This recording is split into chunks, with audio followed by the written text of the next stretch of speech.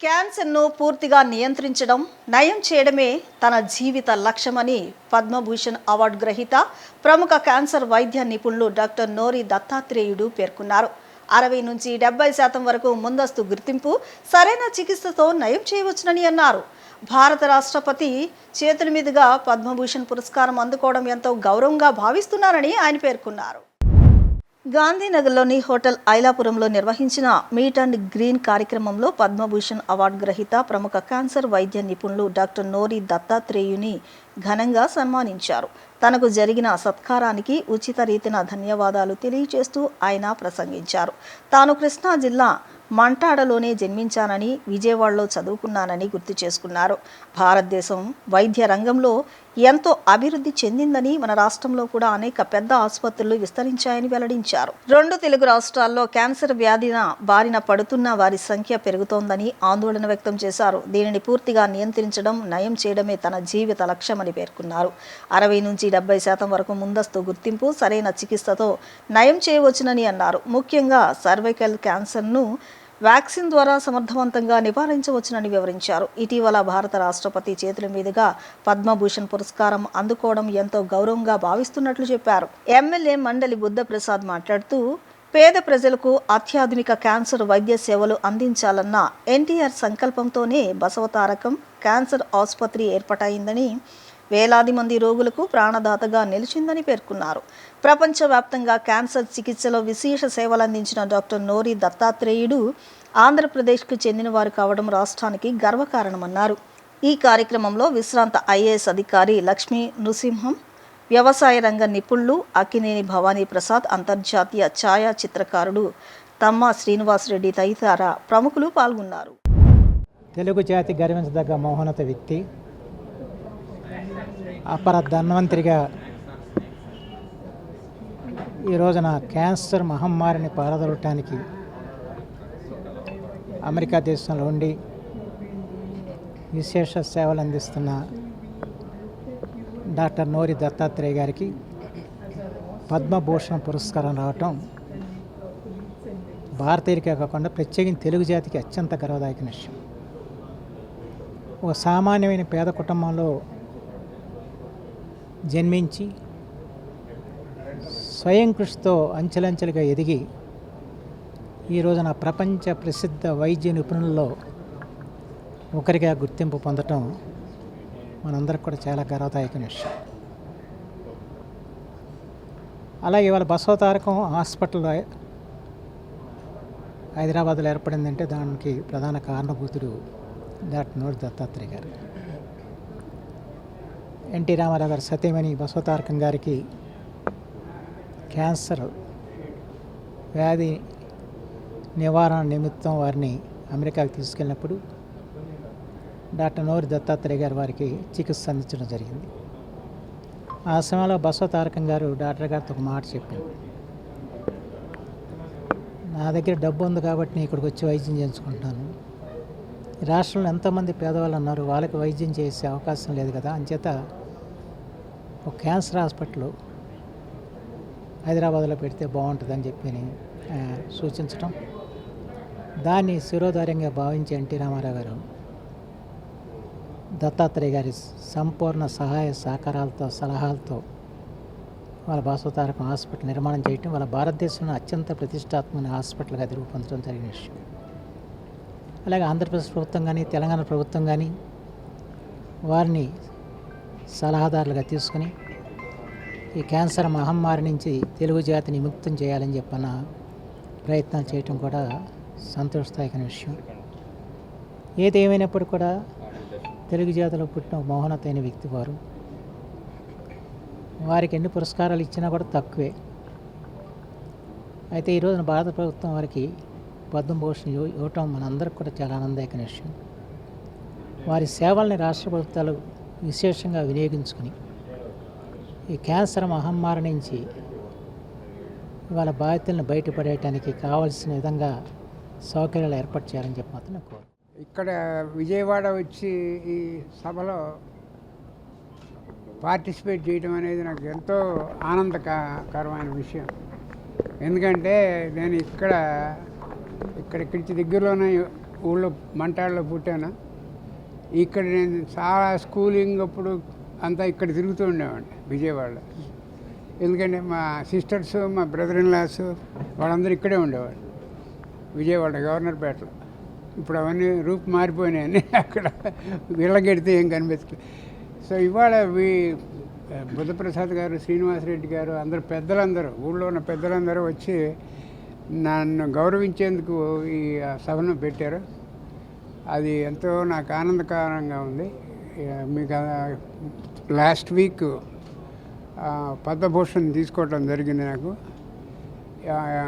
అది ఒక ఎత్తు. అది పద్మభూషణ్ రావటం అనేది. అందులో నేను అమెరికాలో ఉన్నాను చాలా డెకేడ్స్ని బట్టి. అక్కడ నన్ను నుంచి సెలెక్ట్ చేయడం అనేది నాకు ఇంకా గర్వకారణంగా ఉంది. అక్కడ అందులో 150,000 డాక్టర్స్లో నేను ఒక్కడనే అక్కడ సెలెక్ట్ చేసింది. సో అది కూడా నాకు ఎంతో ప్రౌడ్ మూమెంట్ నాకు.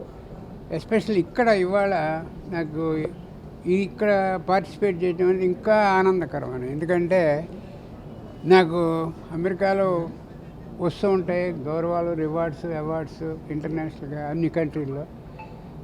అక్కడ నా ఆనందాన్ని పంచుకునేందుకు ఫారినర్స్ వాళ్ళందరూ. ఇక్కడ మన వాళ్ళ మధ్యలో నేను ఈ గౌరవాన్ని తీసుకోవడం అనేది ఎంతో నాకు ఆనందకరమైన విషయం. ఇంకా నేను మీకు తెలుసు, నేను 2 రాష్ట్రాలకి అడ్వైజర్నని. ఇవాళ మధ్యాహ్నం మీటింగ్ కూడా కంప్లీట్ చేశాను ఇక్కడ మన రాష్ట్ర హెల్త్ డిపార్ట్మెంట్ క్యాన్సర్ కేర్ గ్రూప్తో. సో అది ముందుకు పోతుంది బాగా. మన ముఖ్యమంత్రి గారి ఆధ్వర్యంలో సత్యకుమార్ గారు అంతా రోడ్ మ్యాప్ ప్రకారం అన్నీ జరుగుతున్నాయి చక్కగా. సో ఆ మీటింగ్ నేను ఇందాకే కంప్లీట్ చేశాను. 2 to 5 ఇక్కడికి వచ్చాను ఇప్పుడు. సో నా చిన్నప్పుడు చదువులు ఇక్కడ విజయవాడ అండ్ మచిలీపట్నం. ఈ మచిలీపట్నం రోడ్డు, విజయవాడ రోడ్డు నేను ఎన్ని వందల సార్లు వెళ్ళి ఉంటాను చిన్నప్పుడు.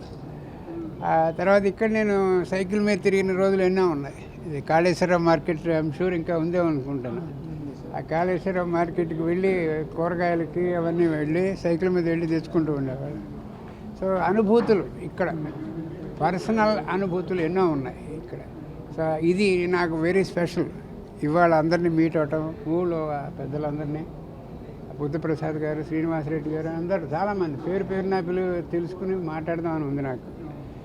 సో మీరందరూ కూడా దీనికి వచ్చి ఈ పాల్గొనడం అనేది కూడా నాకు హ్యాపీగా ఉంది. ఇక్కడ వైద్యపరంగా ఇతర దేశాలతో పోల్చుకుంటే మన భారతదేశం ఎలా ఉంటుంది? వైద్యపరంగా చూస్తే మనకి చాలా చక్కగా నడుస్తుంది ఇక్కడ. ఇంకా మన ఈ రాష్ట్రంలో కూడా మనకి ఇంకా కొత్త హాస్పిటల్ వస్తున్నాయి. బసవతారకం హాస్పిటల్ కూడా ఇక్కడ వస్తుంది తొందరలోనే. బాలకృష్ణ గారు చాలా కష్టపడుతున్నారు దానికి. మన సీఎం గారు కూడా సహకరించారు దానికి, ప్రాజెక్టుకి ల్యాండ్ ఇచ్చారు. సో ఇవన్నీ కూడా ముందుకెడుతున్నాయి. ఇంకా కొత్త హాస్పిటల్ ఇక్కడే కాకుండా గుంటూరులో కూడా వచ్చినాయి మంచి పెద్ద హాస్పిటల్స్. సో స్లోగా ఇక్కడ మనకి చాలా ఇంప్రూవ్మెంట్ ఉంది. నేను ఎవ్రీ 3 monthsకి వస్తున్నాను ఇక్కడ నా పొజిషన్లో. వచ్చినప్పుడల్లా వాళ్ళకి గైడెన్స్ ఇస్తూ ఉంటాను హాస్పిటల్కి. సో మీరు అడిగిన చిన్న క్వశ్చన్కి పెద్ద ఆన్సర్ ఇస్తున్నాను నేను. ఏంటంటే కంపేర్ టు 15 ఏళ్ళ ముందు ఇప్పుడు మనకి చాలా అవకాశాలు ఉన్నాయి పేషెంట్లకి ఇక్కడ.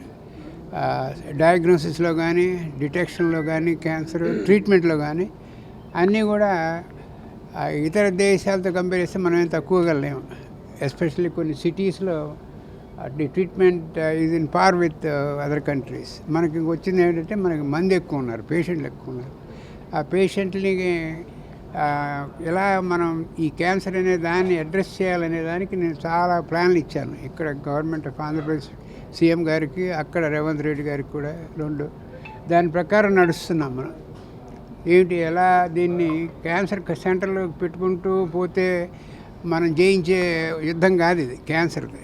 దాంతోపాటు health education, screening, detection, prevention ఇవి కూడా సమాన పరిస్థితుల్లో ముందుకెళ్ళినప్పుడే మనం ఈ క్యాన్సర్ అనే వ్యాధిని కంట్రోల్ చేయగలుగుతాం.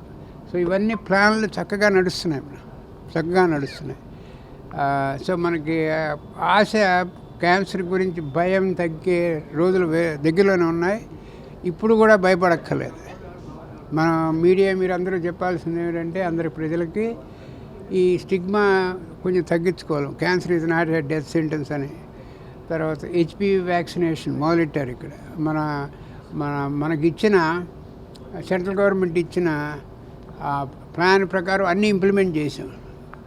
2.9 crores ఇవ్వాల్సి క్రోర్స్ కాదు లక్షలకి ఇవ్వాల్సిన 14-year-old 13-year-old గర్ల్కి 88% దాకా కంప్లీట్ చేయడం జరిగింది సింగిల్ డోస్. సో దాంతో ఇంకా కొంతమందికి ఏంటంటే ఫ్యామిలీలకి వాళ్ళకి ఒక రకమైన స్టిగ్మా ఉంటుంది. ఇది కొత్త వ్యాక్సిన్ తీసుకోవచ్చా ఏదో ఒకటి. మన మీడియాలో కూడా కొన్ని చోట్ల అన్ఫార్చునేట్ అన్నెసెసరీ డైలాగులు నడుస్తూ ఉంటాయి.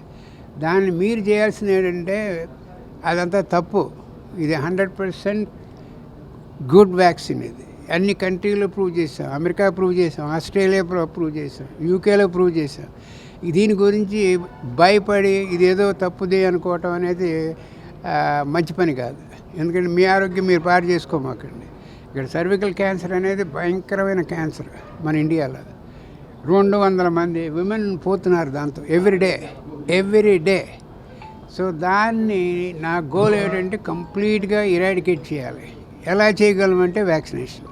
ఇప్పుడు లాస్ట్ వీక్ యూనివర్సిటీ ఆఫ్ లండన్లో ఒక పేపర్ పబ్లిష్ చేశారు, రిలీజ్ అయింది మొన్న. వాళ్ళు 13-14-year-old గర్ల్స్కి వ్యాక్సినేషన్ ఇచ్చి 20 ఏళ్ళు ఫాలో చేశారు. 100% సక్సెస్ వితౌట్ ఎనీ కాంప్లికేషన్స్. అటువంటి మెసేజ్లు మనం ఇవ్వాలి కమ్యూనిటీలో. అంతే తప్ప ఎవరో ఏదో ఒక రాయి విసిరారు దాన్ని పట్టుకుని మనం కూడా రియాక్ట్ అవ్వాలి అంటే తప్పది. మన చెంపలు మనం వాయించుకున్నట్టు ఉంటుంది అది. ఇది ఎందుకంటే సర్వికల్ క్యాన్సర్ ఈజ్ ప్రివెంటబుల్. దాన్ని ప్రివెంట్ ఇది not prevented yet because of our conditions. So మీరందరూ కూడా సహకరించి ఎవరన్నా దాని గురించి నెగిటివ్గా చెప్తే తప్పు. నేను చెప్పానని నా పేరు చెప్పండి.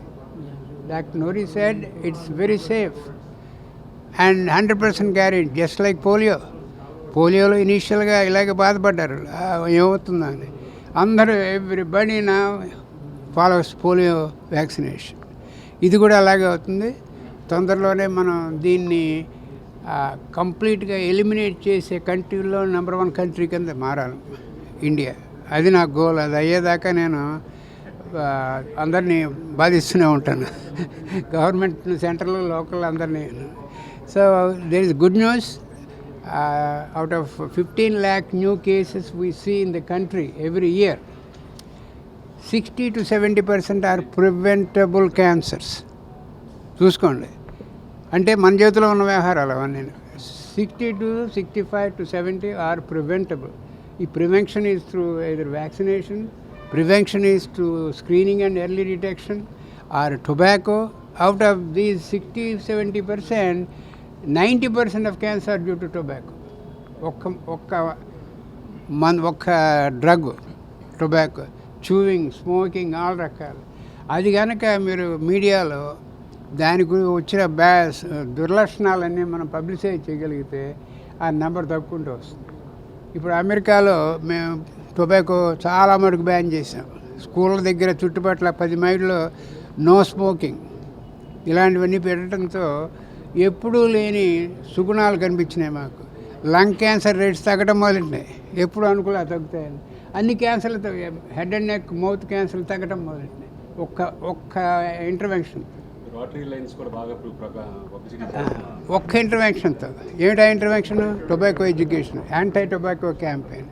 సో చూసారా ఎన్ని ఉన్నాయి మన చేతిలో. హెచ్పివి వ్యాక్సినేషన్ తీసుకుంటే cervical cancer will become history.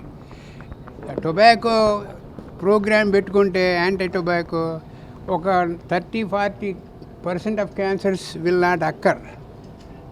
So చాలా మటుకు మన దగ్గరే ఉంది వ్యవహారం.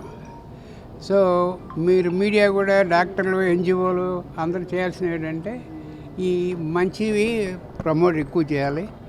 ఈ రూమర్స్ ఉన్నవి సైంటిఫిక్గా ప్రూవ్ చేసి తగ్గించాలి.